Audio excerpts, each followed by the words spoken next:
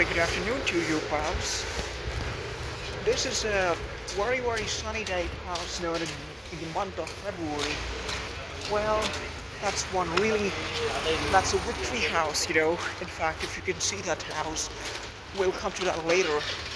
In fact, pals, that's the house of an individual, who has basically, directly challenged, the local culture and the local traditions, pals, in such a way that that individual, who basically resides in that particular house, pals, pretty much, should be dedicated to be as the Viscountess, of this particular neighborhood, in a sense, because it's for the remarkable contribution, of that individual, towards the improvisation of the local culture, or rather, towards adding and development of the cultural traditions, perhaps, in this particular locality. Perhaps that individual is born and brought up in that particular residency.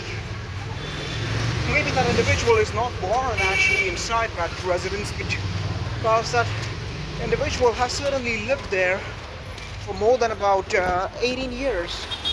And in this particular scenario, pals, we want to highlight that, that individual, who is at this point, never really known by anybody, pals, as in, some certain specific houses, in which that individual would have spent its childhood. And pals, this is, by the way, the Bloomfield. By the way, this is the Bloomfield Accessway Drive. There is the very famous street joint over there, pals, who sells really mouth-watering, or rather delicious dish, which is known as the Pani Puri. We don't know how the hell to even anglicize it. If you want to anglicize it, would be considered to be as the watery donuts. No, not even donuts. A watery wafer. Anyways, the scenario seems to be, pals, that we are in fact touring this particular neighborhood, and just trying to explore as to what all.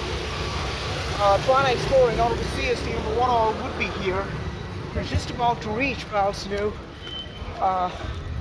so-called Nandikeshwara Bakery at this point.